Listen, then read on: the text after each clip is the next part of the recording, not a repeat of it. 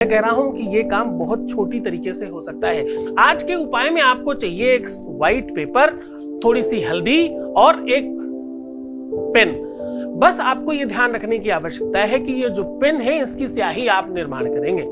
ये पेन थोड़ा सा यहाँ पर ट्रिक करने की आवश्यकता है कि ये जो पेन है ये नॉर्मल मार्केट से मत लाइएगा। ये पेन आज आपको बनाने की आवश्यकता है।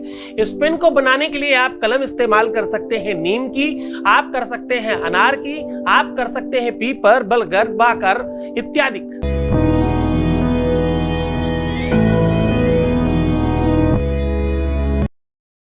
नमस्कार, मैं हूं आचार्य सतीश अवस्थी और आपका बहुत स्वागत करता हूं। शादी के पहले और शादी के बाद के अलावा लाइफ में कुछ है नहीं। इस बात को थोड़ा गंभीरता से, थोड़ा धैर्यता से समझने की आवश्यकता है कि ये ही एक लाइफ है जिसमें आपको अपनी आवश्यकता होती है, आपकी निजता की, आपकी स्वयमेवता की और आपके अस्तित्व की आवश्यकता होती है। यहाँ पर आपका माइंड, आपकी बुद्धि, आपका विवेक, आपका चरित्र, आपका ज्ञान, ध्यान, सत्कर्म सारा कुछ काम आता है तो यहीं पर आता है। क्योंकि शास्त्र कहता है कि अर्थागमो नित्यमरो गीताचा प्रियाच भार्या प्रियवादिनीच वशश्च पुत्रोर्थकरीच विद्या सदजीव लोकस्य सुखानि राजन।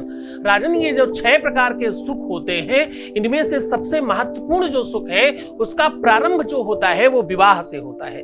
एक व्यक्ति को अपने जीवन में 3 बार सबसे ज्यादा सुख मिलता है।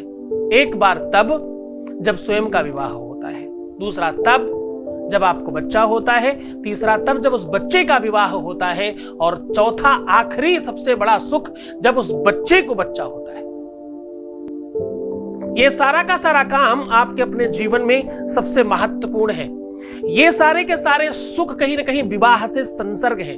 बिना विवाह के कुछ संभव नहीं है। पूरी की पूरा जो प्रकृति है, पूरा का पूरा जो संप्रदाय है, पूरा का पूरा जो विश्व है वो विवाह पर आकर टिकता है। विवाह होने के बाद ही प्रकृति चलती है।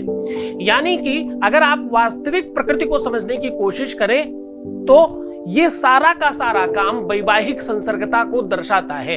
एक कृषक, एक किसान जब खेती करता है, हल चलाता है, बीज बोता है तो फसल होती है, यानी बच्चे होते हैं। फसल मतलब आगामी जो आने वाली पीढ़ी है उसका निर्माण करना, 1 से 2 और 2 से 3 होना, प्रकृति के कार्य में सहयोग देना, यानी वैवाहिक कार्य कंप्लीट करना। ये सारी की सारी व्यवस्थाएं आपके अपने जीवन में आप रचते हो, आप क्रिएट करते हो। और अगर इसमें बाधा है, अगर इसमें संकट है, अगर इसमें मुसीबत है, अगर इस बात में किसी भी प्रकार की कोई समस्या है तो क्या कर सकते हैं?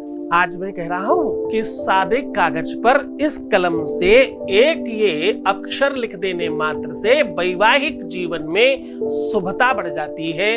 विवाह टूट रहा हो तो बनने लगता है, विवाह में किसी भी प्रकार की समस्या आ रही हो तो ठीक हो जाती है। विवाह के पहले, विवाह के बाद, विवाह के पूर्व या विवाह के मध्य में, या तुम किसी से विवाह करने चाहते हो, विवाह करना चाहते हो तो भी इन सारी की सारी मनसाओं में बल देने का काम करती है ये विधि, ये परंपरा।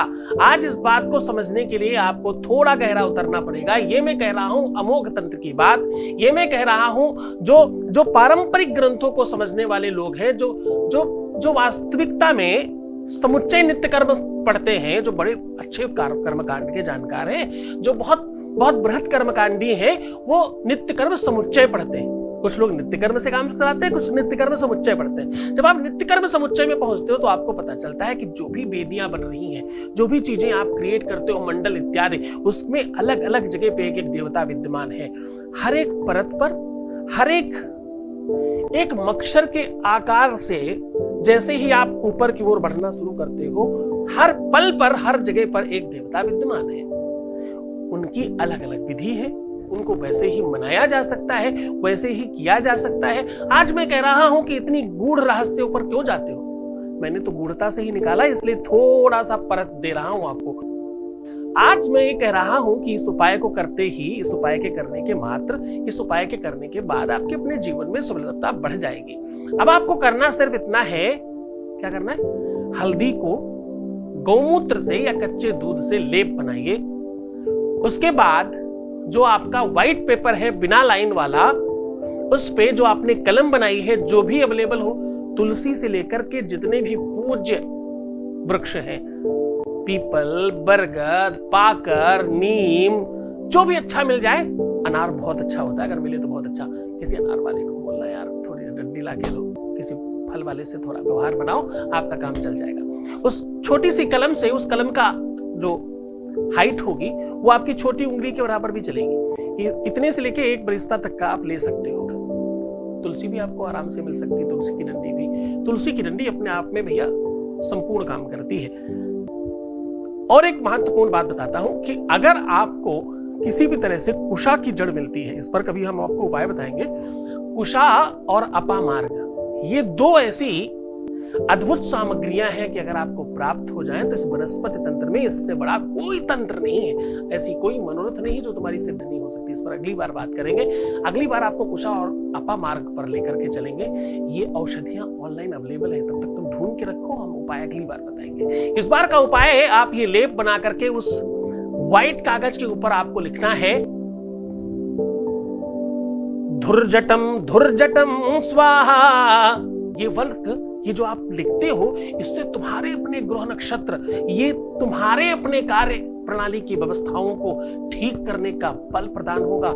ध्यान समझना, केवल इस एक छोटे से मंत्र को लोगों ने भगवान शिव को अपने घर खींच के बुला लिया। इस छोटे से मंत्र से लोगों ने अपनी भाग्य, प्रारब्ध, त्रिशंकु जैसा व्यक्ति अपने आप को भगवान के घर सीधा सशरीर ले जाने की क्षमता प्राप्त कर ले गया। ये सब कुछ तुम कर सकते हो, किसी भी दिन किया जा सकता है। निशा काल में ये कार्य ज्यादा कारगर होते हैं। पूरी श्रद्धा, पूरे विश्वास के साथ करना। उसके बाद तुम्हें पता है जला देना है, उस राख को अपने ही शरीर में मल करके फिर दूसरे दिन स्नान करना है। ऐसा करने से आपकी अपनी भाग्य, कपाल, प्रारब्ध और आपकी किस्मत, आपका लक, सब कुछ बहुत बेहतर होगा। अपना बहुत ध्यान रखिएगा, अपना बहुत ख्याल रखिएगा, मुस्कुराइएगा और सुंदर बनने की कोशिश करिए। अपना जितना तुम ध्यान रखोगे ना उतना अच्छा होगा। पानी पीना बिल्कुल मत भूलना, प्रीवियस लाइफ बताते नहीं है। बुराइयां थोड़ी कम करते हैं, अपनों में तुम्हारे वो भी आते हैं, ध्यान रखना। बुराइयां कम करते हैं, खुश रहने की कोशिश करते हैं। बहुत ध्यान रखिएगा। भगवान शिव तुम्हें प्रसन्न करे, आनंदित करे, सुव्यवस्थित करे और तुम्हारी लाइफ को खूब अच्छा बनाए। ओम नमः शिवाय।